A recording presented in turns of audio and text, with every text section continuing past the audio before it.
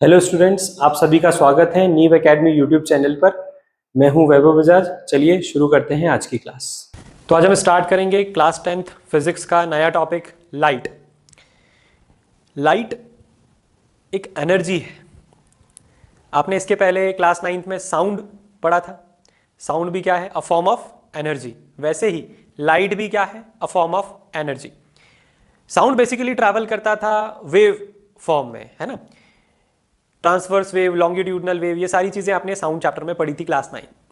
Class 10th में आपको light chapter में हम क्या देखेंगे? लाइट का डुअल नेचर होता है। अभी तक आपको क्या पता था? जब तक मतलब अभी भी आपको शायद पता हो लाइट केवल और केवल स्ट्रेट ट्रैवल करती है, मतलब एक स्ट्रेट लाइन, ठीक है। बट लाइट का डुअल नेचर है, ठीक है। वो वेव फॉर्म में भी ट्रैवल करती है, यानी कि लाइट स्ट्रेट ना जाकर वेव फॉर्म में भी ट्रैवल कर सकती है। आ रही बात समझ में? तो ये डुअल नेचर एक्चुअली हम अभी तो केवल ये पढ़ने वाले हैं कि हाँ होता है, क्यों होता है, कैसे होता है। ये सारे लॉजिक्स आपको 11th और 12th में है। रे ऑप्टिक्स और वेव ऑप्टिक्स, दो तरह का ऑप्टिक्स। ऑप्टिक्स मतलब क्या? पूरी ऑप्टिकल स्टडी, है ना, लाइट की स्टडी को बोला जाता है। तो रे ऑप्टिक्स में आप पढ़ोगे कि लाइट एक रे है, यानी कि एक स्ट्रेट लाइन है। और वेव ऑप्टिक्स में फिर आप पढ़ते हो कि लाइट का वेव फॉर्म भी होता है, ठीक है।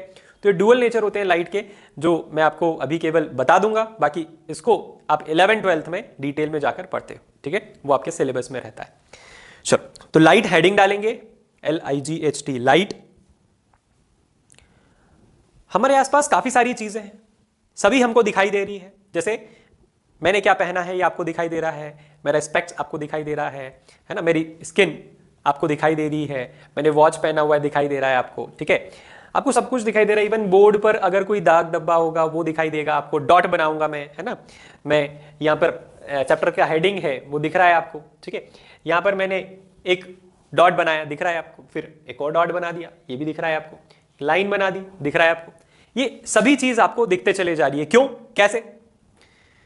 अच्छा चलो ये सब छोड़ो। आपके घर में फ्रूट्स हैं, ठीक है, एप्पल है, अनार है, पपाया, क्या है जो भी, क्या आप उसका कलर देख पा रहे हो? जैसे एप्पल रेड है, अंदर से काटा तो थोड़ा सा क्रीमिश टाइप का है, दिख रहा है, दिखता है आपको। ग्रीन मैंगो की बात करें तो ग्रीन मैंगो बाहर से ग्रीन दिखता है, ग्रीन एप्पल बाहर से ग्रीन दिखता है। ग्रेप्स लाए तो ग्रीन ग्रेप्स है तो बाहर से ग्रीन दिखते हैं, है ना। आलमंड है तो गोल्डन गोल्डन कलर की दिखती है बाहर से। ऐसा कैसे? जो अलग अलग कलर की चीजें, वो अलग अलग कलर की चीजें, कलर कैसे दिखाई दे रहा है हमको? क्या इसके पीछे कोई साइंटिफिक लॉजिक है? बिल्कुल है। देखो, सबसे पहले हम एक ऑब्जेक्ट को देखने की बात करते हैं। जैसे कि मैं, अगर आप आपके आसपास, आपके रूम में देखो, चलो मुझे छोड़ो, आपके रूम के अंदर देखो, आप जिस रूम में बैठे हो वहां फैन दिख रहा है आपको, ट्यूबलाइट दिख रही है, तो वो क्यों दिख रही है आपको? देखो उसकी तरफ। तो वो फैन इसलिए दिखाई दे रहा है आपको, लाइट, कहीं ना कहीं से लाइट आ रही है हमारे पास, एक सोर्स ऑफ लाइट है आसपास। वो लाइट रे नेचुरल लाइट भी हो सकती है, सूरज की रोशनी भी हो सकती है, वो आपके ट्यूबलाइट या बल्ब से निकली हुई रोशनी हो सकती है। वो रोशनी आपके फैन पर पड़ी और आपके फैन से रिफ्लेक्ट होकर आपकी आंखों में आई, ठीक है। मतलब किसी सोर्स पर अगर ये मार्कर को देखना है हमें, तो लाइट इस पर आएगी और रिफ्लेक्ट होकर जब तक हम पर नहीं आएगी, ठीक है, तब तक हमें वो ऑब्जेक्ट दिखाई देगा। क्या नहीं दिखाई देगा? जैसे मुझे मार्कर का ये वाला हिस्सा नहीं दिखाई दे रहा है, क्यों? क्योंकि लाइट यहां से रिफ्लेक्ट होकर मुझ तक पहुंच नहीं पा रही है, ठीक है। आ रही बात समझ में? तो कहीं ना कहीं से लाइट यहां पड़ रही है और मेरी आंखों में जा रही है, यहां पड़ रही है मेरी आंखों में जा रही है, टॉप पर पड़ रही है मेरी आंखों में जा रही है। तो मुझे ये सारे हिस्से इसके दिखाई दे रहे हैं मार्कर के। आपके आसपास जो भी ऑब्जेक्ट्स हैं, जो भी आपको दिखाई दे रहा है, वो क्यों दिखाई दे रहा है? लाइट रेज उसके ऊपर इंसिडेंट हुई और रिफ्लेक्टेड लाइट रेज आपकी आंखों में जा रही है। कोई भी ऑब्जेक्ट जिस पर लाइट रे पड़ी और रिफ्लेक्ट होकर आपकी आंखों में नहीं गई, तो वो ऑब्जेक्ट आपको नहीं दिखाई देगा। आ रही बात समझ में? ऐसा कभी हुआ आपके साथ? बहुत बार होता है। जैसे मान लो हम कोई बहुत अच्छे से शोरूम गए, जहां पर ग्लास का मतलब दरवाजा जो है वो ग्लास का बना हुआ, इतना क्लीन साफ करा हुआ, इतना ज्यादा क्लीन कि हमको दिखाई नहीं डोर लगा हुआ है। हम डायरेक्ट गए और ऐसे सिर टकरा गया। हुआ है ऐसा कभी आपके साथ? मेरे साथ तो हुआ है 2-4 बार। बहुत कम जगह ऐसा होता है कि बिल्कुल एकदम साफ, बहुत साफ। सुबह के टाइम पे जाएं हम किसी शोरूम पर और वहां पर एकदम कांच का ग्लास लगा हुआ है, दरवाजा जो कि बंद है। या तो निकलते वक्त या फिर अंदर जाते वक्त हम दिखता ही नहीं है कि कोई दरवाजा भी है, इतना ज्यादा क्लीन। तो वहां पर क्या हुआ होगा कि मान लो ये दरवाजा है made up of glass, light रे गई और आर पार चले गई, रिफ्लेक्ट हो ही नहीं रही है ना, आर पार चले गई लाइट रे, उससे रिफ्लेक्ट हो ही नहीं रही है, लाइट रे आर पार चले गई। जब रिफ्लेक्ट होके कुछ आ ही नहीं रहा है तो वो ऑब्जेक्ट कहां से दिखेगा, ठीक है। बट समहाउ हमको वो दरवाजा दिख जाता है काफी बार, क्यों? क्योंकि उसके ऊपर डस्ट जम जाती है, उसके ऊपर फिंगरप्रिंट्स के निशान होते हैं, उसके ऊपर हैंडल लगा हुआ होता है, स्टिकर लगा हुआ होता है पुल पुश का, ठीक है। तो ये सारी चीजों की वजह से हमको कहीं ना कहीं वो दरवाजे दिख जाते हैं, है ना, और हम टकराने से बच जाते हैं। बट ऐसा कहीं कहीं पर कभी आपके साथ, अभी नहीं तो फ्यूचर में, है ना, जब आप बाहर निकलोगे तो होता है ऐसा, ठीक है। तो ये क्यों हो रहा है? क्योंकि लाइट रे रिफ्लेक्ट होकर नहीं आ रही है। समझ में आई बात? कोई भी चीज पर से लाइट रिफ्लेक्ट होकर आपकी आंखों में नहीं जाएगी, वो चीज नहीं दिखाई देगी आपको, ठीक है। ये तो हमने जनरल बात करी कि कोई चीज कैसे दिखाई दे रही है। अब हम आगे चलते हैं और ये बात करते हैं कि कोई चीज अगर रेड है तो रेड क्यों दिखाई दे रही है। जैसे मेरे पास एक ऑब्जेक्ट है ना, मैं वो ऑब्जेक्ट उठाता हूं और आपको बताता हूं, है ना। जैसे ये व्हाइट कलर है तो ये व्हाइट क्यों दिखाई दे रहा है आपको? ये ब्लू है, ब्लू दिखाई दे रहा है आपको। ये ऑरेंज है तो आपको ऑरेंज दिखाई दे रहा है। ये येलो है, आपको अब येलो दिखाई दे रहा है, ठीक है। तो इस तरह से ये कलर जैसे जैसे मैं चेंज कर रहा हूं वैसे वैसे आपको ये कलर्स कैसे दिखाई दे रहे हैं, तुरंत आपको ये कलर कैसे रिकॉग्नाइज हो रहे हैं। तो ये कलर इसलिए दिख रहा है, ये सारे कलर्स हमको क्यों दिखाई दे रहे हैं? लाइट आई, ठीक है, हम ग्रीन की बात करते हैं, चलो ग्रीन दिख रहा है ना आपको, लाइट इंसिडेंट हुई, ठीक है। अब लाइट में क्या केवल व्हाइट लाइट है क्या? सूरज से जो रोशनी आ रही है, ट्यूबलाइट से जो रोशनी आ रही है, क्या इसमें केवल व्हाइट है क्या? नहीं, कोई भी लाइट हो उसके अंदर कितनी लाइट्स होती है? 7। कौन कौन सी? विबग्योर, ठीक है। ये 7 रंगों से मिलकर जो एक कंबाइन लाइट बनती है वही होती है हमारी लाइट रे। चाहे वो सन से आने वाली रोशनी हो, चाहे ट्यूबलाइट, बल्ब, कोई भी रोशनी हो, इससे 7 कलर्स निकल कर आते हैं, ठीक है। मतलब 7 लाइट रेज जिनकी अलग अलग वेवलेंथ होती है, ठीक है। वेवलेंथ क्या होती है ये आपने 9th क्लास में साउंड चैप्टर में पढ़ा होगा, ध्यान नहीं है कोई बात नहीं, हम वापस से पढ़ेंगे, ठीक है।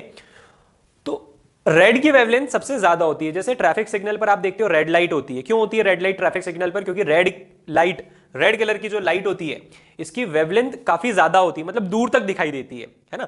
अगर बारिश भी हो रही हो तो रेड कलर का जो सिग्नल है वो आपको दिखाई देता है। गाड़ियों के पीछे जो टेल लाइट होती है, स्टॉप होने की लाइट, ब्रेक लाइट होती है, वो भी रेड होती है, ठीक है। डेंजर का साइन भी रेड होता है, एम्बुलेंस रेड से लिखा होता है, डॉक्टर का प्लस भी रेड से।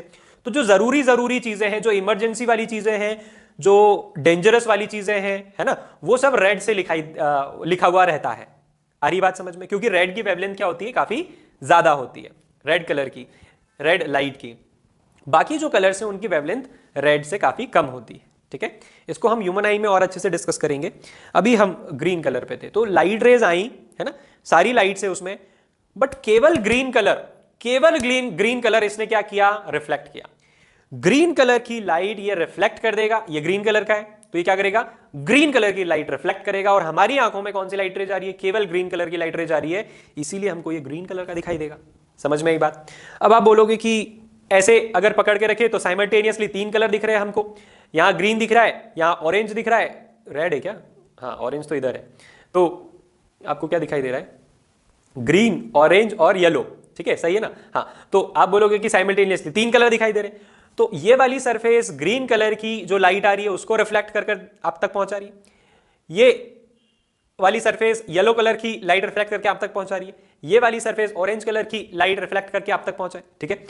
तो ये सारी चीजें जो है बहुत ही स्मूथली, बहुत ही फास्ट वर्क कर रही है, क्योंकि लाइट की स्पीड आप जानते हो, लाइट की स्पीड क्या है? 3 लाख किलोमीटर पर सेकंड, या फिर 3 × 10⁸ मीटर पर सेकंड, ठीक है। किलोमीटर में देखें तो 3 लाख किलोमीटर पर सेकंड लाइट की स्पीड हो। इतना फास्ट हो रहा है सब कुछ कि हमें लगता है यार ये तो क्या है, इसमें क्या साइंस है, ये तो सब नेचुरल है ना। हमारी आंखों की पावर है, हमारी आंखों की पावर तो है ही, है ना। बहुत अच्छा वाला कैमरा भगवान ने लगा कर दिया है हमें, जो सब कुछ इतना क्लियर देख पाता है।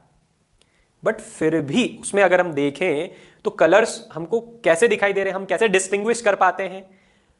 Due to a certain wavelength of light. Clear है? चलो, तो कुछ लिखते हैं हम थोड़ा सा, है ना, फिर वापस आएंगे अपन। तो वो चाहे लाइट सन की निकली हुई हो, कैंडल में से निकली हो, गैस में से निकली हो, कहीं से भी लाइट रे आ रही है, that consist of 7 colours. Clear? लिखेंगे light is a form of energy, light is a form of energy, it is needed to see things around us, Light is a form of energy. It is needed to see things around us. Full stop. Light enables us to see objects.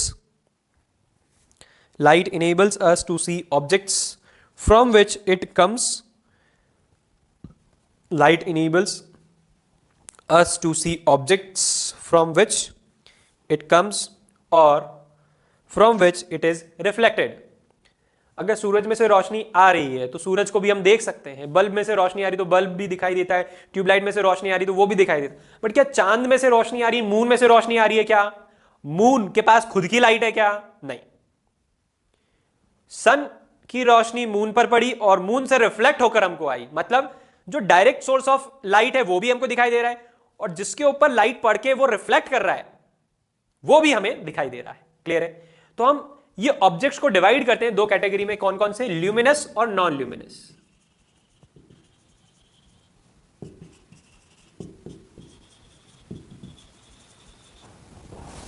Luminous कौन होते हैं? Luminous object जिनके पास खुद की light होती है। आई बात समझ में? जैसे बल्ब, ट्यूबलाइट, इनके पास खुद की लाइट है।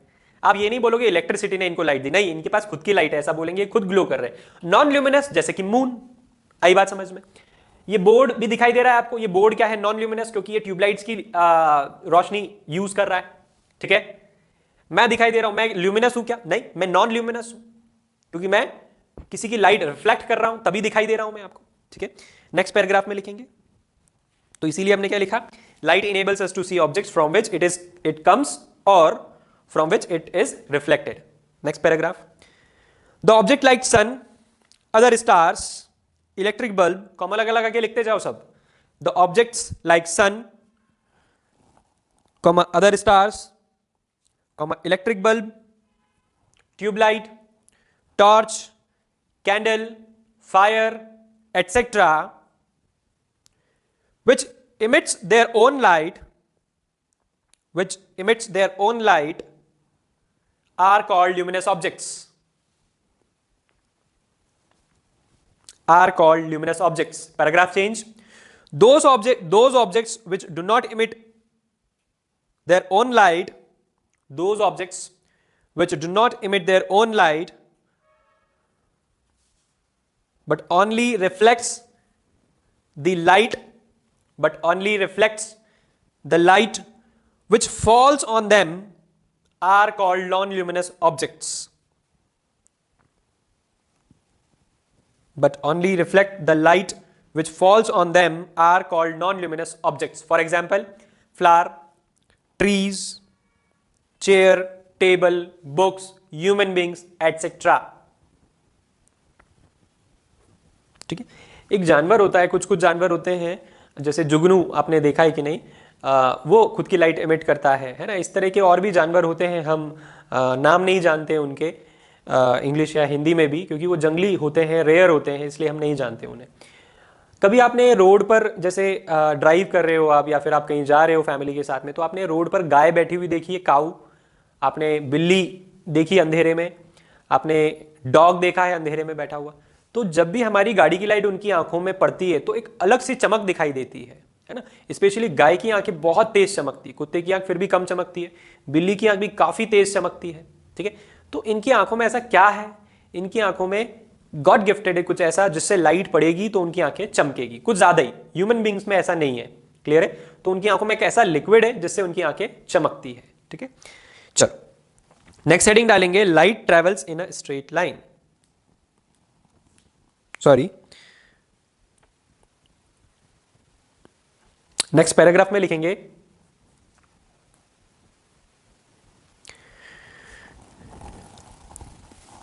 Light travels in a straight line.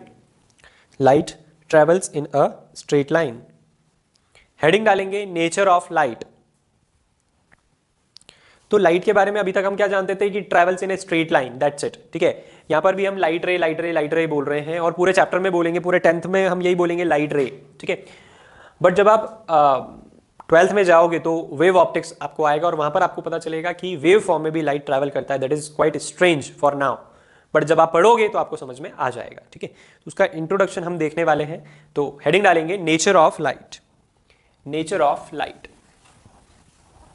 Nature of light. There are two theory about the nature of light. There are two theories about the nature of light.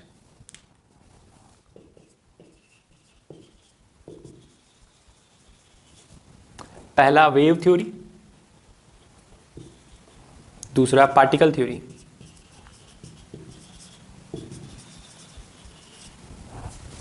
पहला वेव थ्योरी, दूसरा particle theory.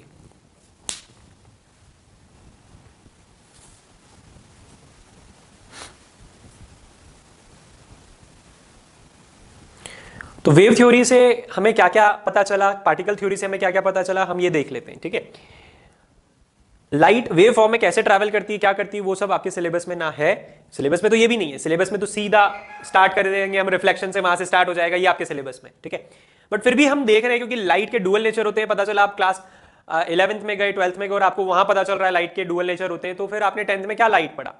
ठीक है, तो आप कोई भी चीज start करो, जैसे इलेक्ट्रिसिटी में भी मैंने बताया था आपको इलेक्ट्रिसिटी वर्ड कहां से है, वैसे ही लाइट में हम ये डिस्कस करेंगे। लाइट के दो तरह के नेचर होते हैं और दो तरह की थ्योरी होती है, वेव थ्योरी ऑफ लाइट, दूसरी particle theory of light. Wave theory ये तो जरूर बताती है कि light travels in a wave form, but main चीज ये बताती है वेव थ्योरी कि कोई मीडियम की जरूरत नहीं है, लाइट को किसी मीडियम की जरूरत नहीं है। जैसे साउंड आपने पढ़ा था 9th में, क्या साउंड को कोई मीडियम की जरूरत थी? हाँ थी।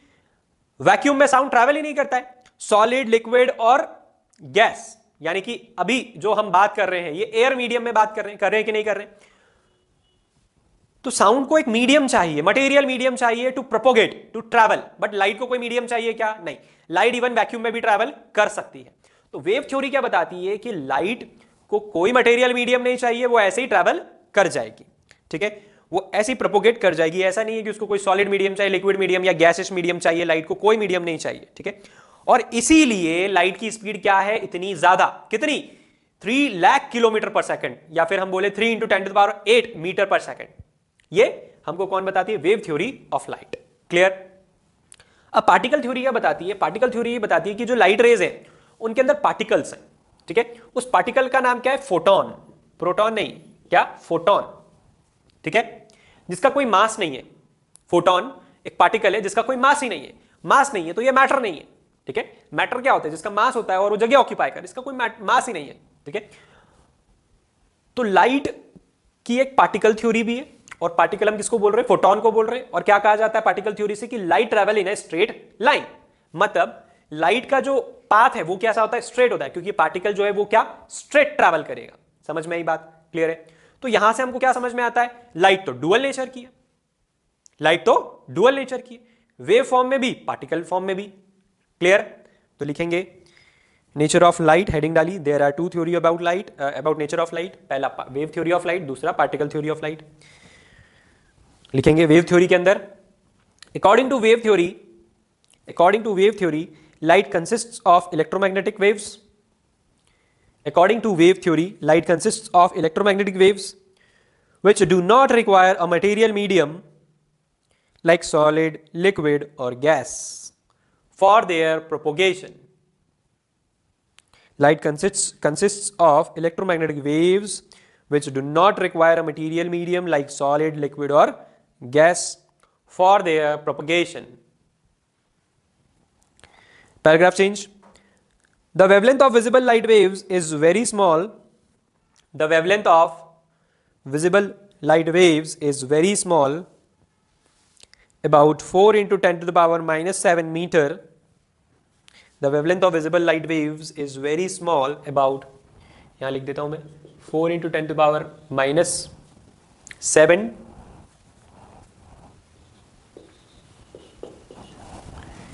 meter to 8 × 10⁻⁻7 meter. तो wavelength of visible light waves की वेवलेंथ क्या है वो यहाँ लिखिए, कितनी? 4 × 10⁻⁷ मीटर टू 8 × 10⁻⁷ मीटर। ये आपके सिलेबस में नहीं है, ये एनटीएसी के हिसाब से या फिर ओलंपियाड्स आप देते हो तो उसके हिसाब से यहाँ पर आपको लिखवाया जा रहा है। ठीक है, नेक्स्ट पॉइंट लिखेंगे, the speed of light waves is very high. The speed of light wave is very high, about 3 × 10⁸ metre per second. ये क्या है, स्पीड ऑफ लाइट है, कितनी है, 3 into 10⁸ metre per second in air और vacuum, in air और vacuum. तो air के अंदर इस लाइट की स्पीड ये है ना। अगर हम ग्लास मीडियम में जाते हैं या कोई और डेंसर मीडियम में जाते हैं तो लाइट की स्पीड स्लो हो सकती है। ठीक है, नेक्स्ट पैराग्राफ, मतलब ये क्या था, वेव थ्योरी के अकॉर्डिंग ये सारी बातें बताई गई हमें। अब हम देखते हैं particle theory. According to particle theory of light, according to particle theory of light, light is composed of particles, light is composed of particles which travels in a straight line at a very high speed. Light is composed of particles which travels in a straight line at a very high speed. The elementary particles that defines light, the elementary particles that defines light is the photon, PHOTON, photon। ठीक है, conclude करते हैं, नीचे दोनों theory हमने देखी, इनसे conclude करते हैं। therefore light has dual nature, therefore light has dual nature, full stop। light exhibits the property of both, the light exhibits the property of both waves and particles depending on the situation it is in, depending on the situation it is in। ठीक है, तो हमने light का introduction देखा, एकदम general introduction देखा। अब हम स्टार्ट करते हैं रिफ्लेक्शन ऑफ लाइट। हेडिंग डालेंगे रिफ्लेक्शन ऑफ लाइट।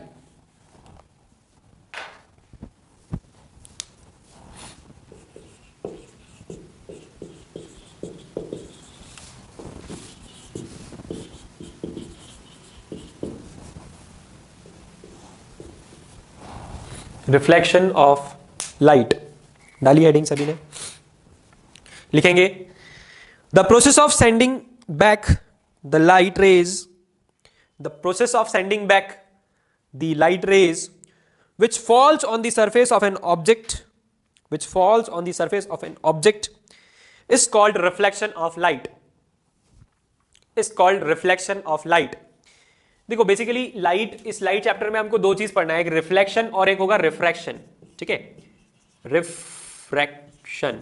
ठीक है, ये जो रिफ्लेक्शन होता है सेम मीडियम में होता है। ठीक है, सेम मीडियम में अगर लाइट ट्रेवल कर रही है, एयर में ट्रेवल कर रही है, मतलब लाइट गई है ना और टकराई और वापस सेम मीडियम में आ गई। ठीक है, तो क्या हो रहा है, रिफ्लेक्शन हो रहा है ना। लाइट मेरे ऊपर आई, टकराई और वापस चले गई उसी मीडियम में, मतलब जिस मीडियम से आई उसी मीडियम में वापस चले गई, तो उसको क्या बोलेंगे हम, रिफ्लेक्शन। क्लियर है। बट अगर लाइट टकराई और दूसरे मीडियम में चले गई, जैसे पानी से टकराई और पानी के अंदर चले गई, जैसे बहुत बड़ा लेक है, पोंड है या फिर वाटर है, ठीक है, इवन पानी की बकेट रखी हुई है और लाइट बकेट के अंदर चले गई, तो हम क्या बोलेंगे, रिफ्रैक्शन हो रहा है। क्या हो रहा है, रिफ्रैक्शन। तो रिफ्रैक्शन लेटर पार्ट है इस चैप्टर का, बाद में पढ़ेंगे हम। पहले हम क्या देखेंगे, रिफ्लेक्शन। ठीक है, तो सिंपल सी बात है, रिफ्लेक्शन मतलब क्या, लाइट जिस मीडियम से आई थी उस मीडियम में वापस चले जाएगी, तो हम क्या बोलेंगे, लाइट रे रिफ्लेक्ट हो गई। और जिस सरफेस के कारण रिफ्लेक्ट होगी उसको क्या बोलेंगे हम, रिफ्लेक्टिंग सरफेस। जैसे ये यहां पर आपको लिखा हुआ दिख रहा है, व्हाइट सरफेस पर ब्लैक कलर का लिखा हुआ दिख रहा है। आपको ये आई के ऊपर वाला डॉट दिख रहा है, बिल्कुल दिख रहा है। इधर वाले आई के ऊपर का डॉट दिख रहा है, बिल्कुल दिख रहा है। मतलब हर एक चीज पर लाइट पड़ी और आप तक रिफ्लेक्ट होकर आ रही है। ठीक है, आई बात समझ में। तो हम क्या बोलेंगे कि रिफ्लेक्शन ऑफ लाइट है, ये फिनोमेना का क्या नाम है, reflection of light. But reflecting surface कौन है, ये व्हाइट बोर्ड, ये क्या है, रिफ्लेक्टिंग सरफेस। सोर्स क्या है, जो एलईडी जो ट्यूबलाइट लगी हुई है वो सब क्या हो गए, सोर्स हो गए। ठीक है, तो उन्होंने लाइट इंसिडेंट करी और इसने रिफ्लेक्ट कर दी, तो जो सोर्स से लाइट आ रही है इस तक वो क्या हो गई, इंसिडेंट रे, और जो इससे रिफ्लेक्ट होके टारगेट तक जा रही है वो क्या हो गई, रिफ्लेक्टेड लाइट रे। ठीक है, चलो तो हेडिंग डाली आपने रिफ्लेक्शन ऑफ लाइट और क्या लिखा, the process of sending back the light रे which falls on the surface of an object is called reflection of light। ठीक है, the process of sending back the light rays which falls on the surface of an object is called reflection of light। Next paragraph, the objects having polished comma shining surfaces, the objects having polished comma shining surfaces reflects more light than objects having unpolished dull surfaces. Reflects more light than objects having unpolished, dull surfaces. ठीक है, तो suppose हमारे पास एक यहां पर एक screen है या रिफ्लेक्टिंग सरफेस है, हम ऐसा बोल लेते हैं. ठीक है, ये हमारे पास क्या है, एक रिफ्लेक्टिंग सरफेस है. लाइट इसके ऊपर इंसिडेंट पड़ी और रिफ्लेक्ट होकर वापस चली गई, है ना. इसके ऊपर इंसिडेंट पड़ी लाइट और वापस चली गई. तो यहां पर ये हमारे पास क्या है, हम इसको बोलेंगे एक ऑब्जेक्ट है. यहां पर ये क्या रखा हुआ है, ये एक ऑब्जेक्ट रखा हुआ है ना. ये हमारे पास एक क्या रखा हुआ है, ऑब्जेक्ट रखा हुआ है ना. कौन सा, ये.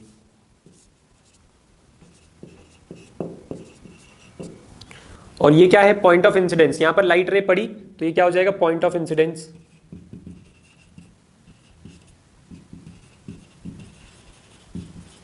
ये क्या हो गई, इंसिडेंट रे. ये क्या हो गई, रिफ्लेक्टेड रे.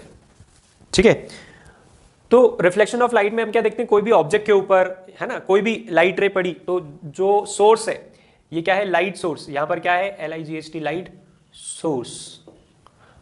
और ये क्या हो गई, इंसिडेंट रे पड़ी. और ये जो सरफेस थी, ये क्या थी, ऑब्जेक्ट हैविंग स्मूथ सरफेस. जैसे ये व्हाइट बोर्ड की सरफेस का एकदम स्मूथ और पॉलिश्ड. ठीक है, जो भी लिखो क्रिस्टल क्लियर दिखाई देता है ना. कोई भी कलर से लिखो वो क्रिस्टल क्लियर आपको अच्छे से दिखाई देता है ना. तो ये एक ऑब्जेक्ट है जिसकी सरफेस क्या है, स्मूथ सरफेस है. तो इस ऑब्जेक्ट पर लाइट रे पड़ी O पॉइंट पर, तो वो क्या होगा, पॉइंट ऑफ इंसिडेंस. और इंसिडेंट, जो लाइट इंसिडेंट आती है पॉइंट पर, उसको क्या बोलते हैं, इंसिडेंट रे. और जो रिफ्लेक्ट बैक होके जाती है उसको क्या बोलते हैं, रिफ्लेक्टेड रे. ठीक है, समझ में आई बात अच्छे से, क्या बोलेंगे, रिफ्लेक्टेड रे. तो ये इंसिडेंट लाइट हो गई, ये रिफ्लेक्टेड लाइट हो गई. इंसिडेंट रे, रिफ्लेक्टेड रे. क्लियर है सभी को अच्छे से. तो हमें ज्यादा अच्छा कब दिखाई देगा, जब जिस ऑब्जेक्ट पर लाइट पड़ रही है वो वहां पर क्या है, सरफेस एकदम स्मूथ है. ठीक है, आपको ये पता है कि आप बाजार से क्रीम, पाउडर, तेल, मतलब इतना सारा मेकअप का हम आइटम क्यों खरीदते हैं, क्यों कॉस्मेटिक्स इतना ज्यादा खरीदते हैं हम, ताकि हम अच्छे दिखें. ठीक है, अब ब्यूटी बढ़ाने के लिए नहीं आते हैं प्रोडक्ट्स. ठीक है, क्योंकि इन सब प्रोडक्ट्स में क्या होता है, केमिकल होता है. ब्यूटी बढ़ाना है, सन के सामने बैठो, ब्यूटी बढ़ाना है आपको, तो ऐसा कुछ खाओ, योगा प्राणायाम करो जिससे आपका नेचुरल ब्यूटी बढ़े. आ रही बात समझ में, आपके जो स्किन पे सेल्स हैं वो अच्छे से ब्रीद कर पाए, तब जाके आपकी नेचुरल ग्लो आएगा. आ रही बात समझ में. आप अमिताभ बच्चन को जानते हो, अगर आपने उनकी बायोग्राफी पढ़ी होगी तो आप ये जरूर पढ़ा होगा आपने कि वो 2 घंटे रेगुलर डायरेक्ट सनलाइट में बैठते हैं. और अमिताभ बच्चन की स्किन आप जानते हो, नेचुरली उनकी स्किन इतनी ज्यादा साफ है, इतनी ज्यादा फेयर है, इतनी ज्यादा कि हम कहीं कुछ भी नहीं लगते. तो जो लोग ये बोलते हैं धूप में बैठने से काले पड़ जाते हैं, कैसे पड़ सकते हो भाई, जब वो इंसान नहीं पड़ रहा है रोज 2 घंटा धूप में बैठने से, तो फिर आप काले कैसे पड़ जाओगे. ऐसे तो बहुत सारे लोग बोलते हैं चाय पीने से काले पड़ जाते हैं, ऐसा थोड़ी होता है कोई, ये सब मिथ है. ठीक है, तो धूप में काले होते हैं, ऐसी बात नहीं है नहीं होते. धूप में काले वो होते हैं जो दिन भर धूप में काम करते हैं, जैसे किसान, फार्मर्स, जो बास्केटबॉल प्लेयर, क्रिकेट प्लेयर्स, ये दिन भर धूप में काम करते हैं, धूप में खेलते हैं, 8-8, 10-10 घंटे धूप के एक्सपोजर में रहते हैं, तो काले पड़ेंगे ही विदाउट एनी ब्रेक. ठीक है, हमें केवल, वो तो 2 घंटे बैठते हैं अमिताभ बच्चन, हमें तो केवल 1 घंटा धूप में बैठना है. अब तो विंटर्स आ गए, आप आराम से धूप में बैठ सकते हो. ठीक है, नेचुरल ग्लो आ जाएगा. So we were talking about cosmetics. Cosmetics क्यों चलते हैं इतने सारे, फेस क्रीम, फेस मास्क, ये वो हजारों चीजें, फाउंडेशन, तो ये वो सब क्यों होता है, क्यों उनको लगाने से हमारा चेहरा साफ साफ दिखने लगता है, क्यों उन सब प्रोडक्ट को लगाने से हमारा चेहरा एकदम से ग्लो करने लगता है. पूरी बात किस चीज की है, पूरी बात है रफ और रफ वर्सेस स्मूथ की. ठीक है, अगर आपकी स्किन को आपने कुछ भी लगाया, आपकी स्किन स्मूथ हो गई ना, तो ग्लो आ जाएगा. हमारी स्किन नेचुरली क्या रहती है, थोड़ी सी रफ रहती है. ठीक है, थोड़ा सा हम क्रीम, पाउडर, कुछ भी कॉस्मेटिक लगा लेते हैं, फाउंडेशन कर लेते हैं, स्मूथ हो जाती है, एकदम पॉलिश्ड सरफेस हो जाती है, लाइट आएगी और सारी की सारी लाइट रिफ्लेक्ट होकर सामने वाले की आंखों में जाएगी. जितनी ज्यादा लाइट रेज टकराकर आंखों में जाएगी आपकी, उतना अच्छा दिखाई देगा। किसी दिन हो सकता है आपको मेरा चेहरा अच्छा ही दिखाई देता हो, किसी दिन हो सकता है अच्छा ना दिखाई देता हो, क्योंकि मैं रोज रोज चेहरे पे साबुन नहीं लगाता। कॉस्मेटिक तो छोड़ ही दो, मैं रोज रोज चेहरे पे साबुन नहीं लगाता, किसी दिन ऐसे ही नहा लिए बस पानी डालकर। जरूरी थोड़ी है रोज शैम्पू करना, रोज साबुन लगाना, रोज नहाना जरूरी है, ठीक है। तो जब भी आपकी स्किन थोड़ी सी रफ हो, आपको नेचुरल प्रोडक्ट्स लगाना चाहिए, आपकी स्किन स्मूथ हो जाएगी। और जब भी आप कोई शादी पार्टी के कहीं पे भी जाएंगे तो आपका लुक बहुत अच्छा होगा, ठीक है। बट हम क्या करते हैं, हम बहुत सारे कॉस्मेटिक्स का यूज करते हैं और वो हमारे फेस पर और पता नहीं कहां कहां लगा लेते हैं, जिससे हमारी स्किन टेम्परेरी स्मूथ हो जाती है, लाइट रेज आती है और सामने वाले के आंखों में जाती है रिफ्लेक्ट होकर, और उसको हम बहुत ब्यूटीफुल दिखाई देते हैं, बहुत हैंडसम दिखाई देते हैं, ठीक है। तो क्या फंडा है, अगर सरफेस स्मूथ हुई अगर सरफेस स्मूथ हुई तो लाइट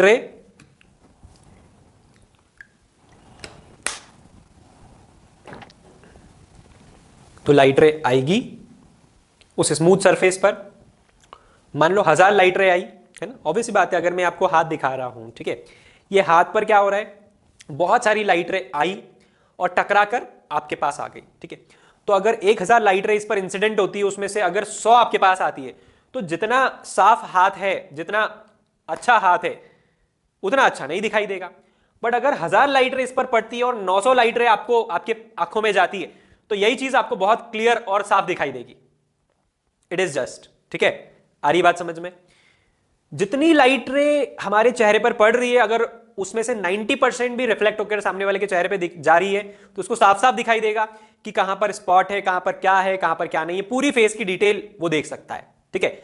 अब वो चाहे चेहरा कैसा भी हो, ठीक है, मैं ये नहीं बोलूंगा कि रंग ऐसा रंग वैसा, कैसा भी हो उसको पूरी डिटेल दिखाई देगी, जो भी होगा फेस पर, ठीक है। आपकी आंखें बड़ी है, आपकी आईब्रो बड़ी है, जो भी है सब दिखाई देगा, ठीक है ना। आपकी मुस्टैक्स वगैरह है, बियर्ड है, सब दिखाई देगा। उसी तरह से अगर लाइट रे आई और जितनी लाइट रे आई उसका 10-20% अगर सामने वाले के आंख में रिफ्लेक्ट होकर जा रहा है, तो आपका चेहरे की सारी डिटेल उसको नहीं दिखाई देगी, ठीक है। हो सकता है उसको यही ना दिखाई दे कि आपकी आंखें खुली है या बंद है। ये डिपेंड करता है कितना % ऑफ इंसिडेंट लाइट रे और रिफ्लेक्टेड लाइट रे सामने वाले की आंखों में जा रहा है। क्लियर? चल, तो सबसे अच्छा रिफ्लेक्टर कौन है?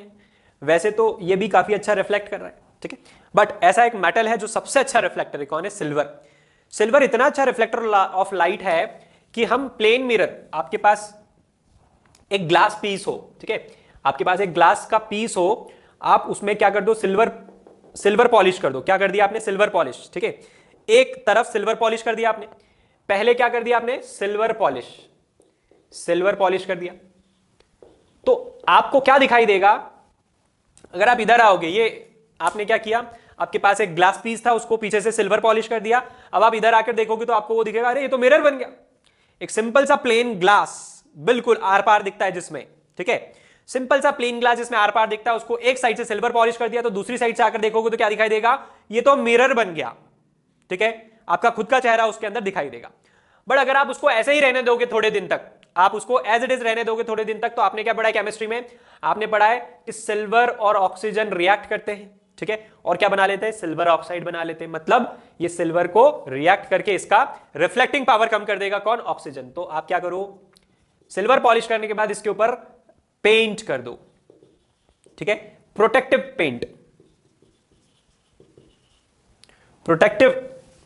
पेंट आता है। हम क्या करेंगे? प्रोटेक्टिव, हाँ सही तो लिखा है, तो प्रोटेक्टिव पेंट कर देंगे रेड कलर का, या कोई भी रेडॉक्स पेंट आता है नॉर्मली, तो वो ब्राउन कलर का होता है।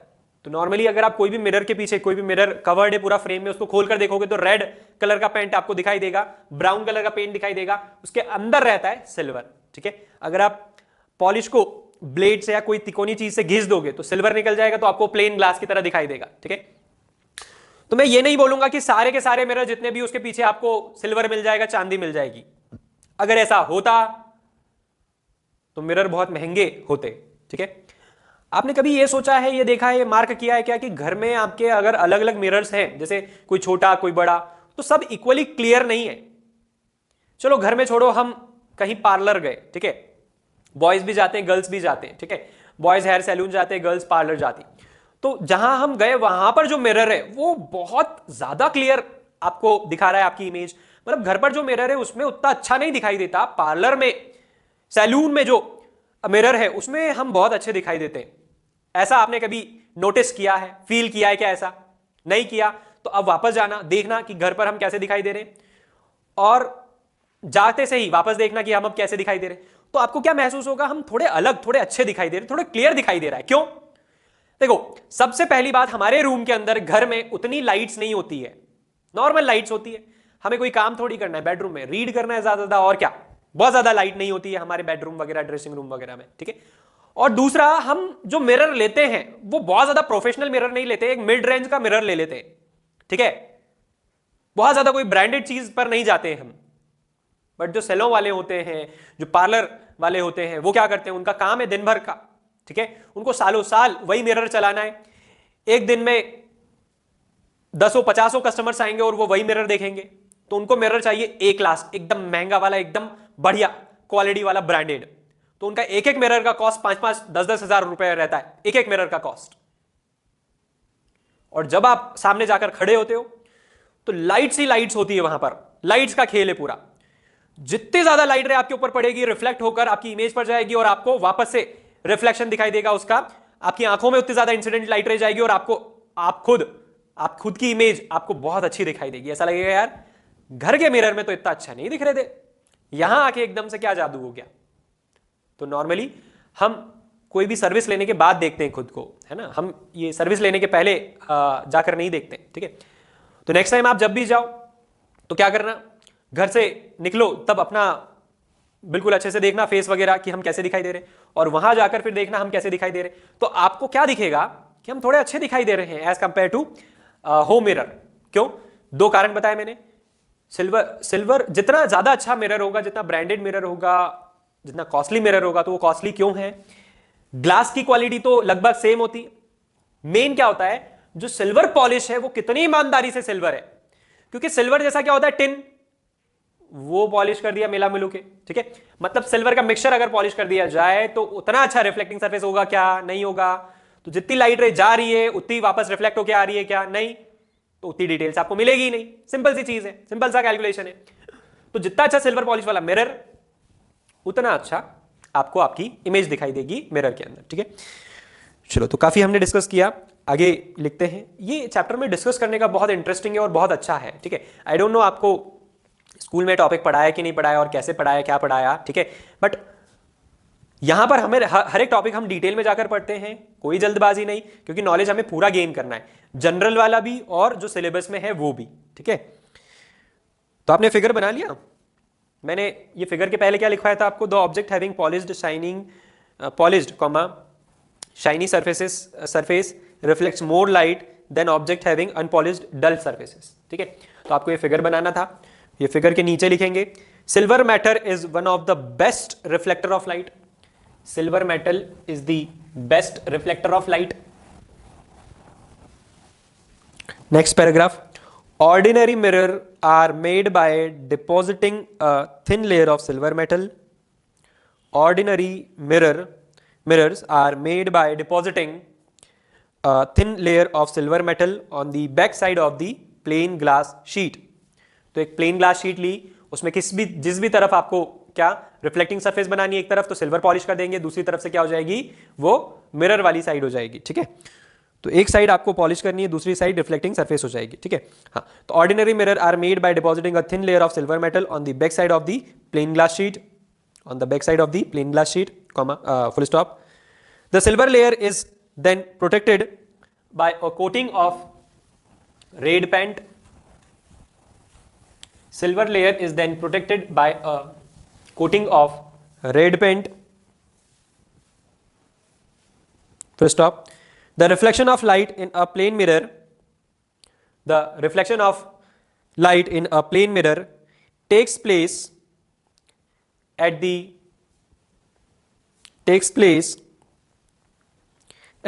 silver surface in it. The reflection of light takes place in a plane mirror takes place at the silver surface इनेट, ठीक है।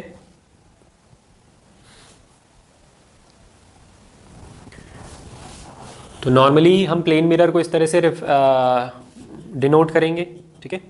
तो क्या बोलोगे आप, प्लेन मिरर को हमने क्या कर दिया, पॉलिश कर दिया, है ना। ये क्या है, प्लेन मिरर।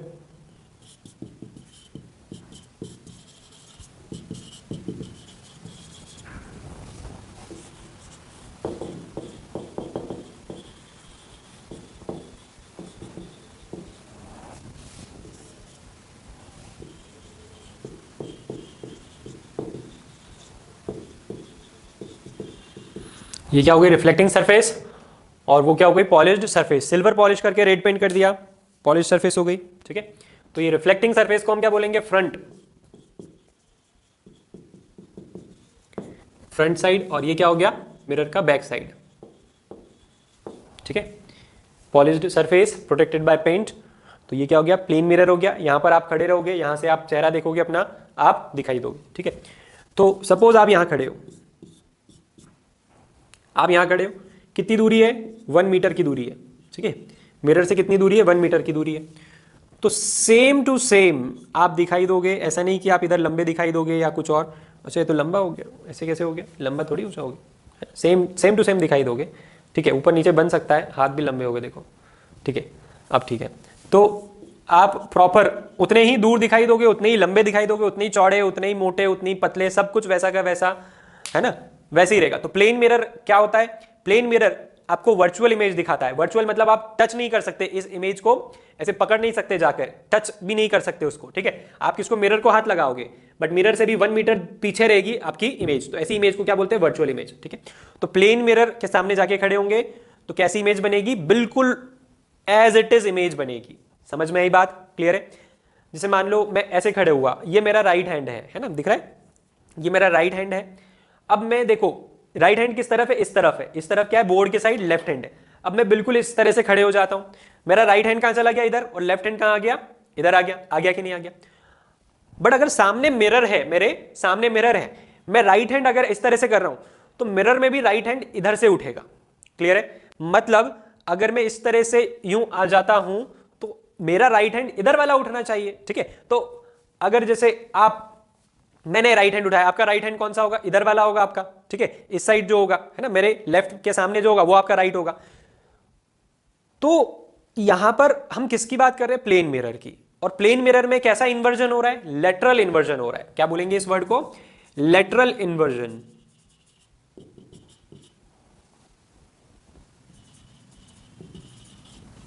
लेटरल इन्वर्जन मतलब जो सीधा हाथ है वो उल्टा हाथ की तरह दिखाई देगा, जो उल्टा हाथ है वो सीधे हाथ की तरफ दिखाई देगा, ठीक है। सीधा हाथ मेरे को इमेज में कहां दिखाई देना चाहिए, इधर, बट वो उधर दिखाई दे रहा है, ठीक है। तो जैसे ही मैं इस तरह से हैंड रेज करूंगा, मिरर में भी इधर वाला हाथ हैंड रेज हो जाएगा, इधर वाला नहीं होगा, ठीक है। तो ये कैसा हो जाता है, लेटरल इन्वर्जन हो जाता है प्लेन मिरर में, ठीक है। चलो उसके बारे में भी लिखेंगे हम। पहले आपने ये डायग्राम बना लिया, प्लेन मिरर बनाया, polish surface, back side, front side, ये सब चीजें बना ली, ठीक है। ये गुड्डा नहीं बनाओगे अभी तो चलेगा, इसकी जरूरत नहीं है अभी, ये तो जस्ट हम डिस्कस कर रहे थे आगे का, है ना। नेक्स्ट हेडिंग डालेंगे, हेडिंग डालेंगे reflection of light from the plane surfaces, reflection of light from the plane surfaces.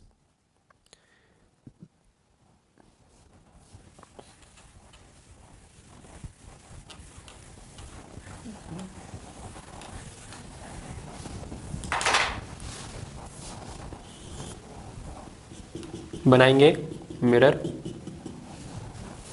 Reflection of light from the plane surfaces.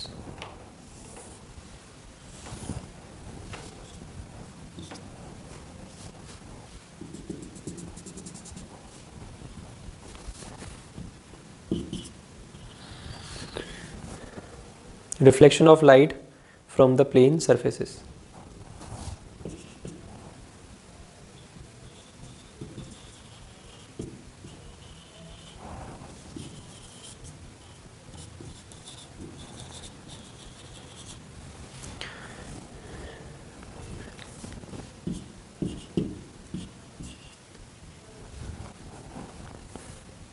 बनाया,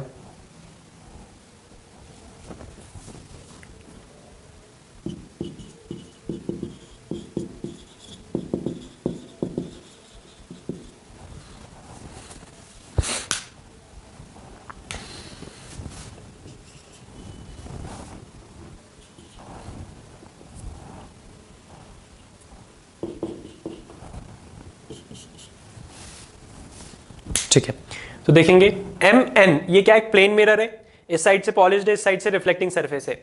एपी, एपी एक इंसिडेंट लाइट रे है, पी क्या है पॉइंट ऑफ इंसिडेंस, और P point से क्या हुई रिफ्लेक्ट हुई लाइट, तो पी बी क्या हो गई रिफ्लेक्टेड रे। ठीक है, ये डॉटेड लाइन जो हमने बनाई है ये क्या है नॉर्मल। ठीक है, ये क्या है normal, normal to the mirror, normal to the mirror मतलब ये क्या परपेंडिकुलर टू दी मिरर, आई बात समझ में। तो नॉर्मल और इंसिडेंट रे के बीच में जो एंगल बनता है वो क्या होता है angle I, angle of incidence, और नॉर्मल और रिफ्लेक्टेड रे के बीच में जो एंगल बनता है वो क्या होता है एंगल ऑफ रिफ्लेक्शन। ठीक है, आई बात समझ में अच्छे से, तो लिख लेंगे फटाफट से।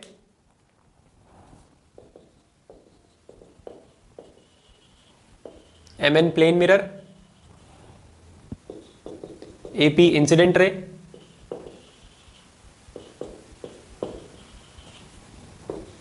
P point of incidence,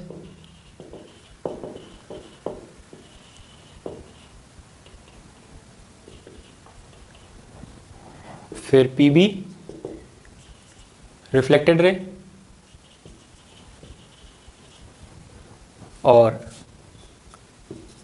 L P normal to the mirror, normal मतलब perpendicular to the mirror M N. ठीक है, आई क्या है एंगल ऑफ इंसिडेंस,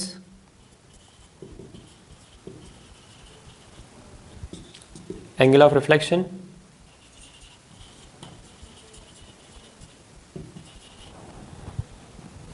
इसके अलावा कुछ और नहीं दिख रहा है। ठीक है, तो ये बनाया आपने, नीचे लिखेंगे the angle of incidence is the angle, the angle of incidence is the angle made by the incident रे with the normal at the point of incidence.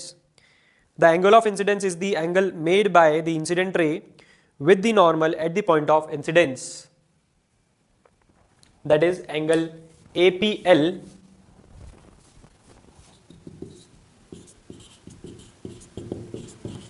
is equal to angle I. Next paragraph में the angle of reflection is the angle made by the reflected ray. The angle of reflection is the angle made by the reflected ray with the normal at the point of incidence. That is angle BPL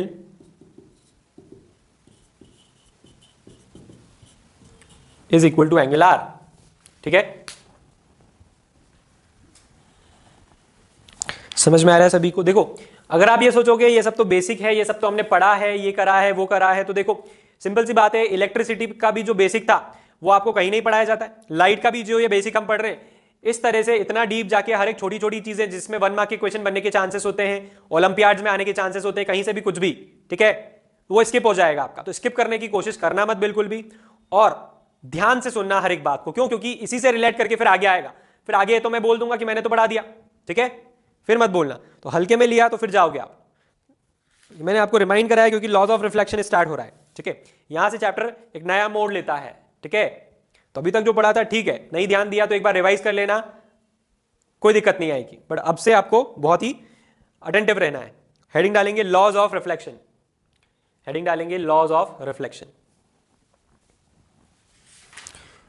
तो laws of reflection में हम यही वाला figure काम में ले लेते हैं, है ना। लॉज ऑफ रिफ्लेक्शन के लिए आपको क्या करना होता है, एक फिगर बनाना होता है।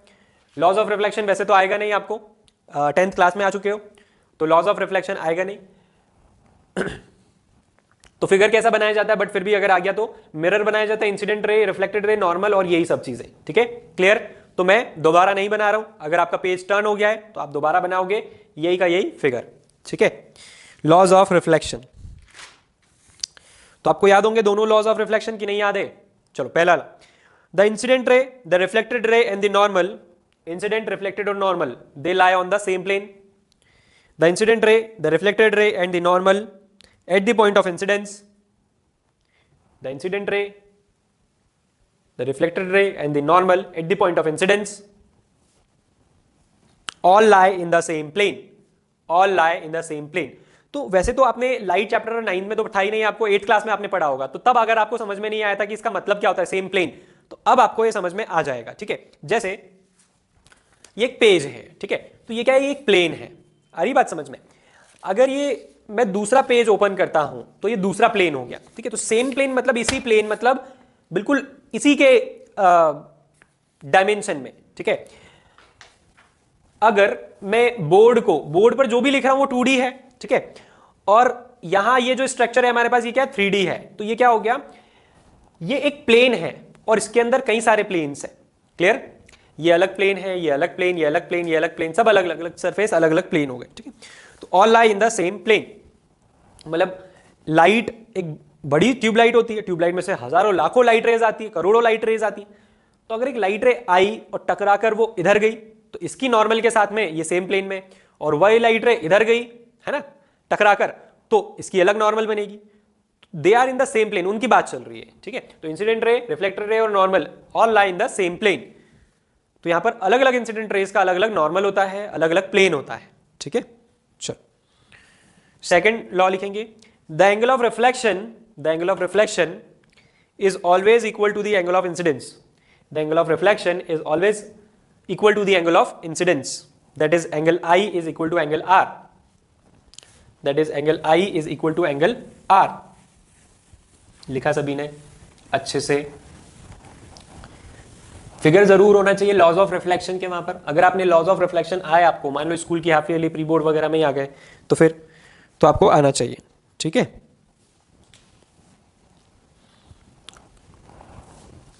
तो एक ऐसी ओरल क्वेश्चन है, ये मिरर है, ठीक है, और ये इस तरह से लाइट इंसिडेंट हो रही है, रिफ्लेक्ट हो रही है, ठीक है। और ये वाला एंगल अगर आपको दिया हुआ है कितना 30 डिग्री, तो आपको क्या निकालना है, एंगल आई निकालना है और एंगल आर भी निकालना है, बता सकते हो। तो हम क्या बोलेंगे, एंगल आई तो आर के इक्वल हो गया, ठीक है। और ये वाला 30 यहाँ नॉर्मल बना लेंगे हम, ठीक है। नॉर्मल मतलब क्या हो गया 90 डिग्री, तो ये कितना हो गया 60। तो अगर एंगल आई 60 तो एंगल आर भी 60, लॉज ऑफ रिफ्लेक्शन के थ्रू, तो कितना आ गया 60 डिग्री आ गया, ठीक है। तो अगर आपको एक फिगर दिया जाता है 1 मार्क में और ये वाला एंगल दिया जाता है ना, तो ध्यान रखना एंगल आई और आर इक्वल होता है, और नॉर्मल से कितना होता है ये 90 डिग्री, तो 90 माइनस 30 60, ये 60 तो ये भी 60, आंसर क्लियर। नेक्स्ट, अगर आपको क्वेश्चन आ गया ऐसा, ये इंसिडेंट रे, ये क्या है, ये नॉर्मल भी है, ये नॉर्मल भी है, और नॉर्मल से ही क्या कर दिया, इंसिडेंट कर दिया।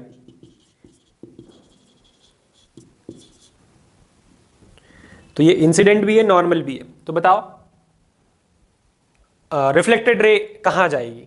अगर आपको ऐसा क्वेश्चन आता है कि एक मिरर है और नॉर्मल से पैरेलल हमने इंसिडेंट रे नॉर्मल के ऊपर ओवरलैप करवा के इंसिडेंट कर दी लाइट रे, तो क्या होगा।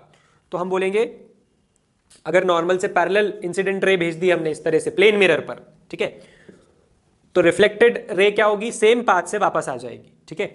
तो आपसे पूछा जाएगा कि एंगल ऑफ आई और angle of r, angle of incidence और एंगल ऑफ रिफ्लेक्शन बताओ इस केस में, तो आप क्या बोलोगे कितना डिग्री, 0 डिग्री। आप क्या बोलोगे कितना डिग्री, 0 डिग्री, क्योंकि नॉर्मल, अगर ये नॉर्मल है, नॉर्मल से पैरेलल हम इंसिडेंट रे भेज रहे हैं, तो जो रिफ्लेक्टेड रे वो सेम पाथ से वापस आ जाएगी। तो यहां पर इंसिडेंट रे और रिफ्लेक्टेड रे के बीच का एंगल कितना है, 0 डिग्री। तो एंगल ऑफ रिफ्लेक्शन और एंगल ऑफ इंसिडेंस वो भी क्या हो गया, 0 डिग्री। समझ में आई बात। तो इस तरह के क्वेश्चन आ जाते हैं, है ना, क्लियर अच्छे से सभी को। चलो लॉज ऑफ रिफ्लेक्शन समझ में आया, ये क्वेश्चन जो डिस्कस किया अभी ये समझ में आया, है ना। ये वाला क्वेश्चन तो बोर्ड्स में आया हुआ है, 2 मार्क्स 3 मार्क्स में आया हुआ क्वेश्चन है, ठीक है।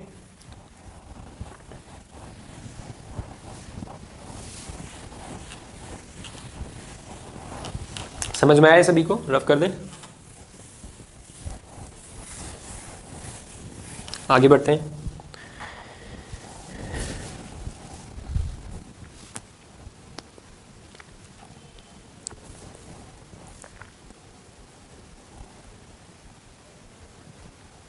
लिखेंगे जो अभी हमने लास्ट वाला क्वेश्चन देखा उसके लिए लिखना है आपको।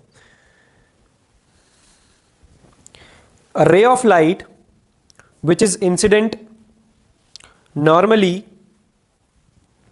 a ray of light which is incident normally or perpendicular on a mirror is reflected back along the same path. A light ray which is incident normally or perpendicular on a mirror is reflected back along the same path, because the angle of incidence as well as the angle of reflection, because the angle of incidence as well as the angle of reflection for such a ray of light are zero. For such a ray of light are zero. लिखा? चल, heading डालेंगे regular reflection.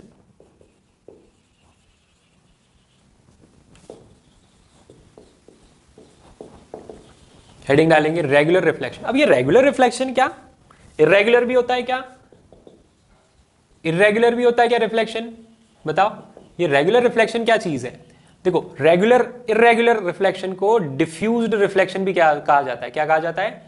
Diffused reflection भी कहा जाता है. ठीक है, अब ये रेगुलर इरेगुलर डिफ्यूज्ड ये क्या नई चीज है? देखो, अगर कोई भी सरफेस जिस पर लाइट पड़ रही है वो एकदम स्मूथ है, तो जो इंसिडेंट रे आ रही है, रिफ्लेक्टेड रे इस तरह से हो जाएगा. ठीक है, क्लियर है?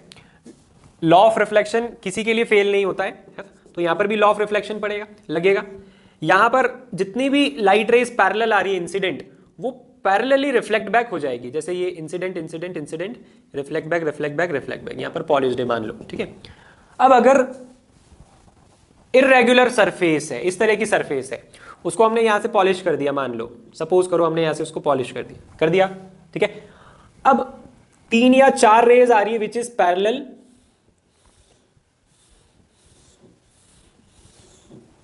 ठीक है, बट इनकी जो रिफ्लेक्टेड होगी वो पैरेलल हो ऐसा जरूरी नहीं है. ठीक है, यहां पर देखो ये इस तरह से बनेगा, इसका नॉर्मल, तो रिफ्लेक्ट इधर होगी. इसका नॉर्मल कहां बनेगा? यहां बनेगा, तो ये यहां रिफ्लेक्ट होगी. इसका नॉर्मल कहां बनेगा? यहां बनेगा, तो ये यहां रिफ्लेक्ट बैक होगी. इसका नॉर्मल यहां बनेगा, तो ये यहां रिफ्लेक्ट बैक होगी. ठीक है, तो कहने का मतलब क्या है कि एक रे इधर जा रही है, एक रे इधर जा रही है, एक रे इधर जा रही है और एक रे इधर जा रही है.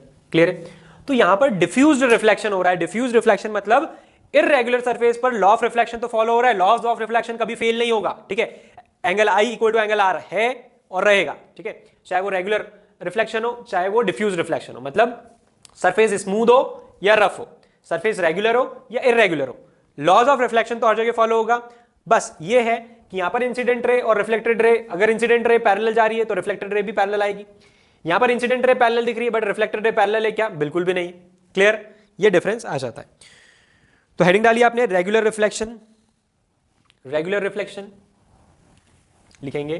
पहले फिगर बना लेते हैं रेगुलर रिफ्लेक्शन का, थोड़ा और अच्छा फिगर बनाएंगे, इसको इसलिए रफ कर रहा हूं मैं. समझ में आया आपको रेगुलर डिफ्यूज का? इस तरह से बनाते हैं अपन, है ना. ये मान लेते हैं नीचे की तरफ क्या पॉलिश्ड सरफेस है, बनाने में थोड़ा सा आसान रहेगा. ठीक है, तो 1 2 3. ठीक है, ये 3 इंसिडेंट लाइट रे आ रही है इस मिरर पर. Incident incident incident, reflect back reflect back reflect back. कोई प्रॉब्लम किसी को? ठीक है, यहां पर angle i equal to angle r, यहां पर भी angle i equal to angle r, यहां पर भी angle i equal to angle r. ठीक है, वो तो सभी जगह होता है. लॉज ऑफ रिफ्लेक्शन सब जगह फॉलो होते हैं, कभी भी फेल नहीं होता है लॉज ऑफ रिफ्लेक्शन. ठीक है, ये क्या है? रिफ्लेक्टिंग सरफेस या mirror.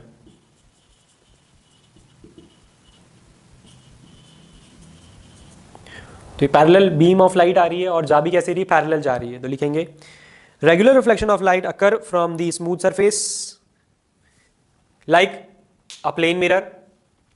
Regular reflection of light occurs from the smooth surfaces like a plane mirror.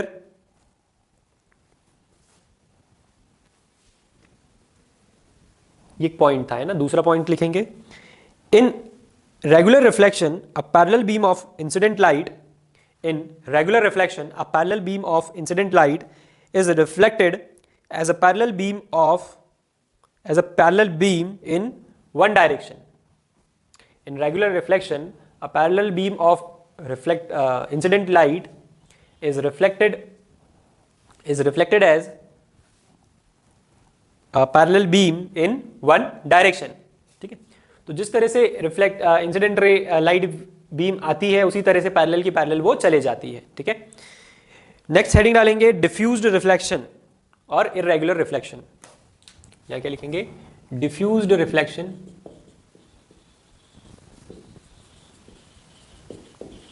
Bracket में इर्रेगुलर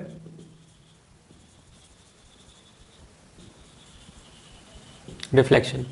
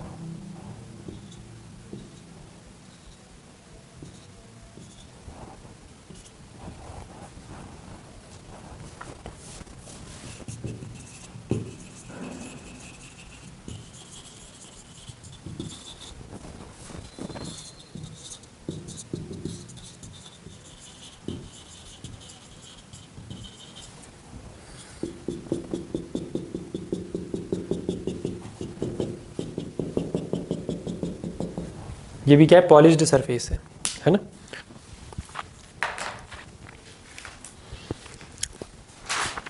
लिखेंगे in diffused reflection a parallel beam of incident light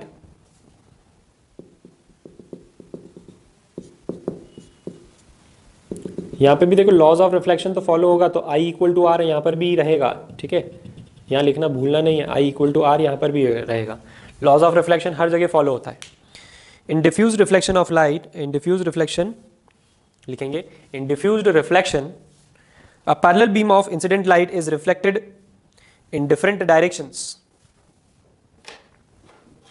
In diffused reflection, a parallel beam of incident light is reflected in different directions. दूसरा point, the diffused reflection of light takes place from rough surfaces like that of paper. The diffused reflection of light takes place from rough surfaces like paper, chalk, unpolished metal, etc.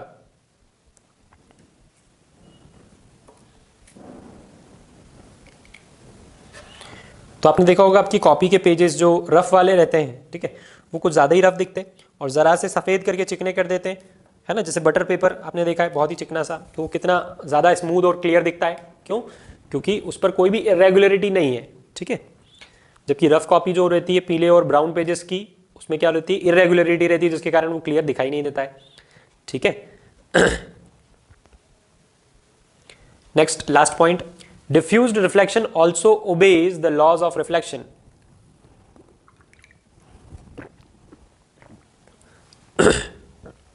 Diffused reflection also obeys the laws of reflection.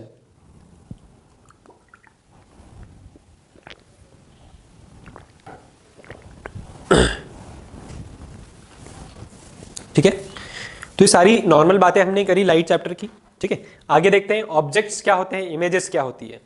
तो heading डालेंगे objects. Basic theory हम पढ़ लेंगे तो हम numerical कर पाएंगे। Main चीज लाइट में जो 10th क्लास में है लाइट, बट काफी सारे बच्चों को लाइट चैप्टर से डर लगता है, वो क्यों, इनके न्यूमेरिकल्स के कारण, साइन कन्वेंशन के कारण, वो हम बहुत ही अच्छे से पढ़ेंगे, ठीक है ना। तो ये थ्योरी पढ़ना जरूरी है वो सब समझने के लिए, ठीक है। तो रे डायग्राम वगैरह तो नेक्स्ट क्लास में शुरू हो पाएंगे, है ना। आज हम टर्मिनोलॉजीज को समझ लें, सीख लें, फिर नेक्स्ट क्लास से स्टार्ट करेंगे वो सब, ठीक है। हाँ, तो ऑब्जेक्ट्स, हेडिंग डाली ऑब्जेक्ट्स।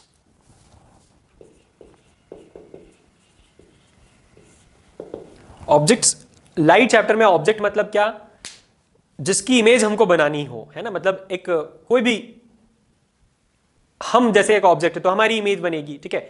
अगर कोई कैंडल ऑब्जेक्ट है तो कैंडल की इमेज बनेगी, जिसकी इमेज बनानी हो वो हमारे लिए क्या होगा, ऑब्जेक्ट। तो लिखेंगे anything which gives out light, anything which gives out light rays either on its own or reflected by it is called an object.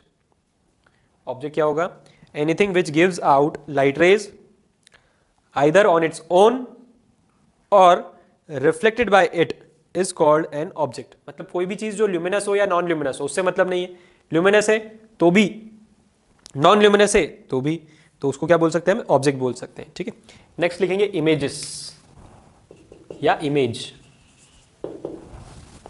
Image क्या होती है देखते हैं। Image is an optical appearance produced, image is an optical appearance produced when light rays coming from an object, when light rays coming from an object are reflected from,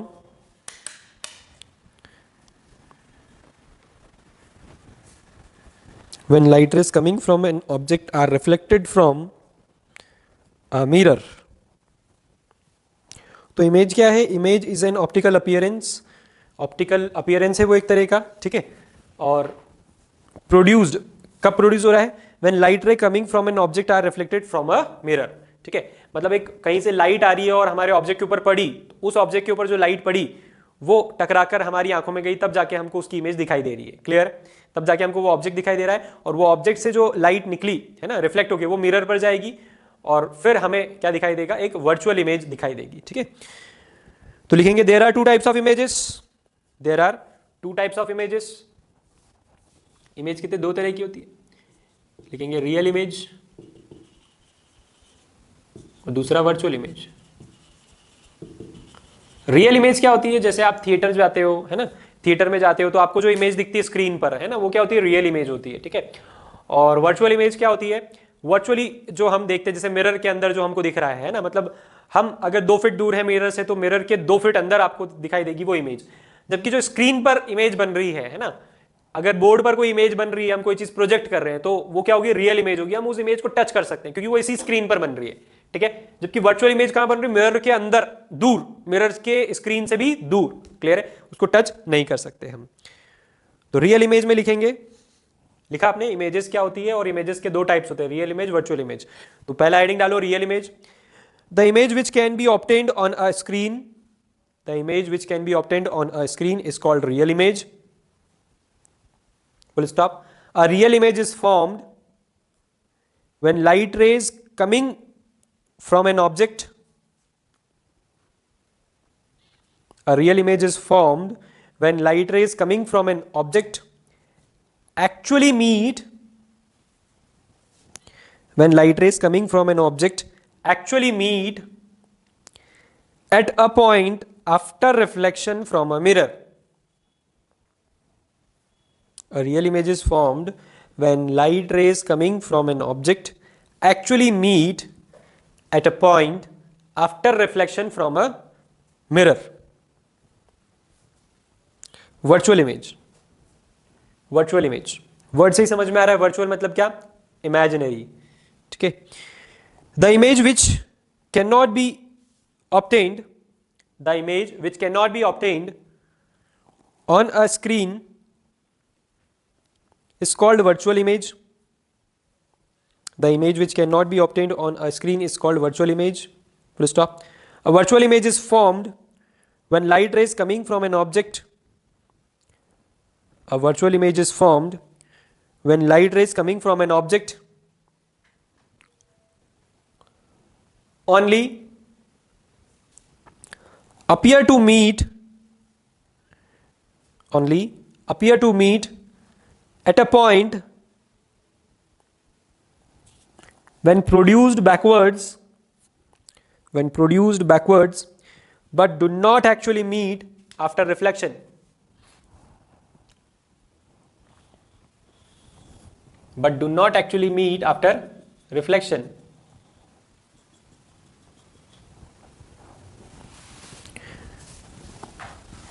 From a mirror.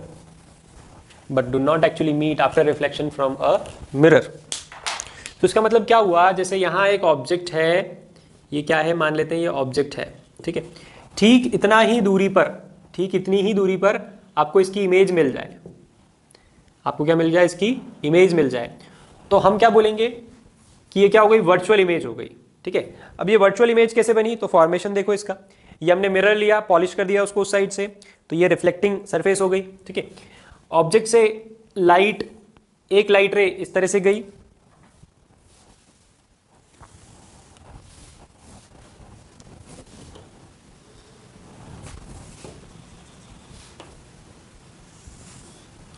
एक light रे इस तरह से गई, दूसरी light रे इस तरह से, ठीक है। आ रही बात समझ में? ऑब्जेक्ट पर लाइट पड़ी और रिफ्लेक्ट होकर कहां गई, मिरर पर। ये क्या है, मिरर। ये इंसिडेंट लाइट रेज आ रही है, ठीक है। अब ये दोनों के दोनों लाइट रेज रिफ्लेक्ट होके इधर चले गई, ठीक है। बट हमको क्या दिखेगा कि appears to meet at a point behind the mirror, ठीक है।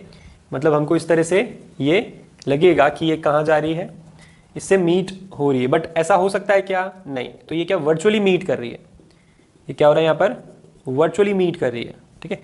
एक्चुअली में तो ये क्या करेगी, रिफ्लेक्ट बैक। एक्चुअली में क्या करेगी, रिफ्लेक्ट बैक। तो ये दोनों लाइट रे आई और रिफ्लेक्ट होकर चली गई, ठीक है। अब यहां से ये क्या किया हमने, वर्चुअली इसको एक्सटेंड किया, है ना। हमें दिख रहा है कि ऑब्जेक्ट से इंसिडेंट रे आई और रिफ्लेक्ट होकर चले गई, ठीक है। ये क्या है, इंसिडेंट रेज,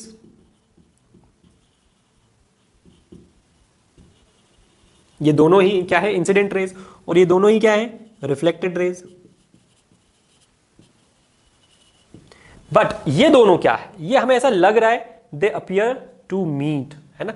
मतलब ये टकराई और इधर चलेगी, क्योंकि पॉलिश सरफेस है, इधर कैसे आएगी। तो डॉटेड लाइन इसीलिए बनाई हमने इमेजिनरी, क्लियर है, कि इट अपीयर्स टू मीट। इसीलिए हमने क्या लिखा है, पढ़ो ध्यान से वर्चुअल इमेज में, the image which can not be obtained on a screen is called virtual image, ठीक है।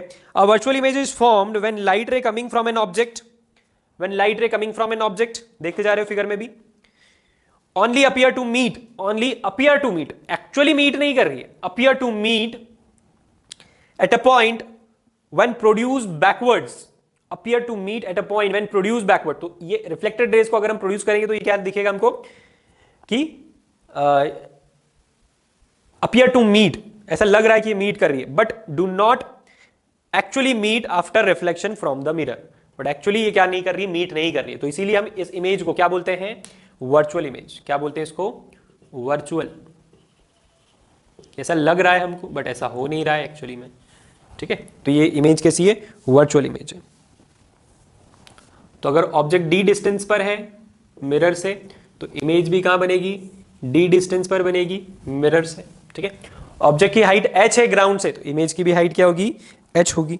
जितना बड़ा ऑब्जेक्ट होगा उतना ही बड़ा ये एंगल I और ये एंगल R, ये एंगल I और ये एंगल R, ठीक है। जितना बड़ा ऑब्जेक्ट होगा उतनी बड़ी उसकी इमेज बनेगी, सेम टू सेम, बिल्कुल कोई अंतर नहीं रहेगा। समझ में आया आपको? लिखेंगे जो हमने ये बनाया है, ये क्या है, हेडिंग डालेंगे इसकी, formation of image in a plane mirror.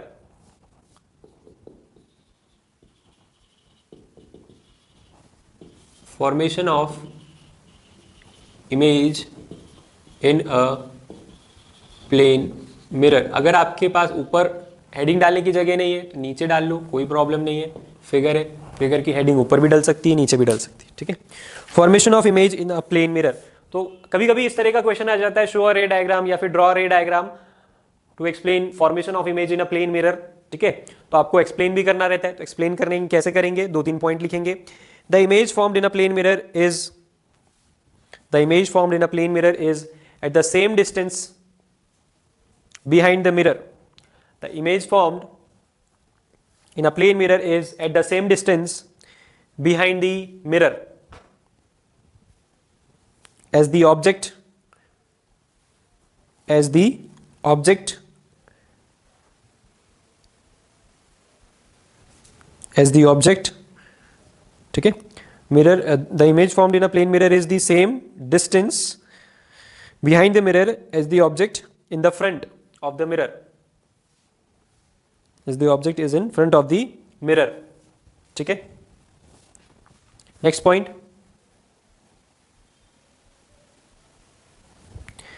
the size of image formed by a plane mirror the size of image formed by a plane mirror is equal to that of the object. Size of image formed by a plane mirror is equal to that of the object. जितना बड़ा size object का होगा उतना ही बड़ा size image का भी होगा. Next point, the nature of the image formed by a plane mirror is virtual and erect. The nature of image formed by a plane mirror is virtual and erect. Erect मतलब क्या होता है? सीधा. Virtual image और कैसा? सीधा, erect. Clear है सभी को अच्छे से? नेक्स्ट टॉपिक, लेटरल इन्वर्जन, जिसके बारे में अभी थोड़ी देर पहले हमने देखा था. लेटरल इन्वर्जन लिखेंगे, लेटरल इन्वर्जन.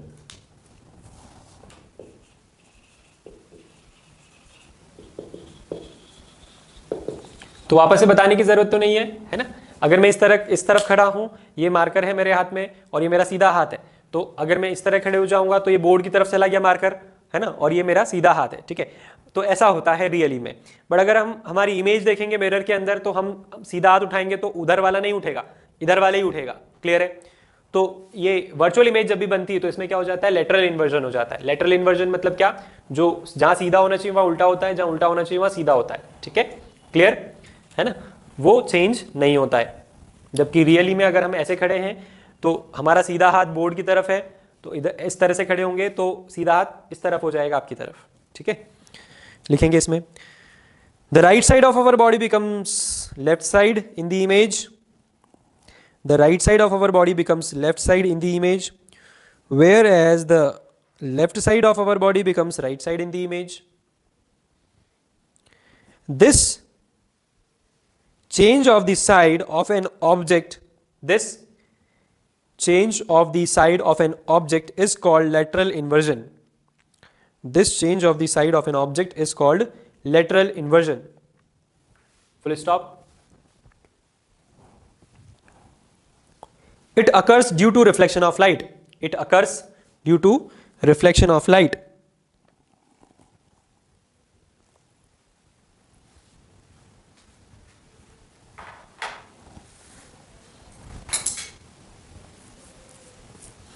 ठीक है, चलो अब एक न्यूमेरिकल करते हैं. लिखेंगे, David is observing his image in a plane mirror.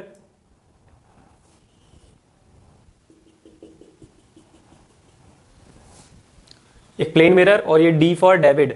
ठीक है, और ये I फॉर इमेज. ये डेविड है और ये इमेज है प्लेन मिरर. इसके बाद जो भी है वो आपको करना है, मैं केवल बोलूंगा. David is observing his image in a plane mirror. Full stop. The distance between mirror and his image is 4 metre. The distance between mirror and his image is 4 meter. Full stop. Find the distance between David and his image. Sorry. वापस से. David is observing his image in a plane mirror. ये सही है. The distance between mirror and his image is 4 meter. ये भी सही है. Full stop. If he move 1 meter towards the mirror, then find the distance between David and his image.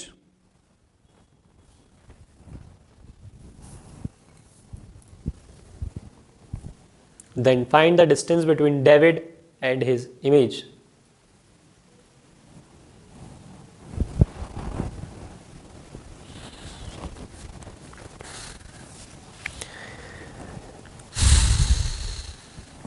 David यहाँ खड़ा है, उसकी इमेज यहाँ और ये मिरर. ठीक है, अगर आपने कर लिया है तो अच्छी बात है, नहीं किया है, ट्राई करना चाहते हो स्क्रीन पॉज कर लो, क्योंकि मैं सॉल्यूशन बता रहा हूँ. ठीक है, हाँ, तो कहाँ थे हम? David is observing his image in a plane mirror. Distance between mirror और इमेज के बीच में डिस्टेंस है 4 मीटर का. मतलब यहाँ से लेकर यहाँ तक कितना है?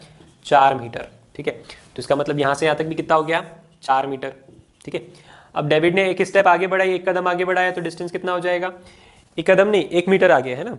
If you move 1 metre towards the mirror, तो जो D डैश होगा वो क्या होगा यहाँ पर? 3 मीटर. तो ऑब्वियसली बात है, इमेज भी कहाँ बनेगी? 3 मीटर पर. ठीक है, तो हम क्या बोलेंगे?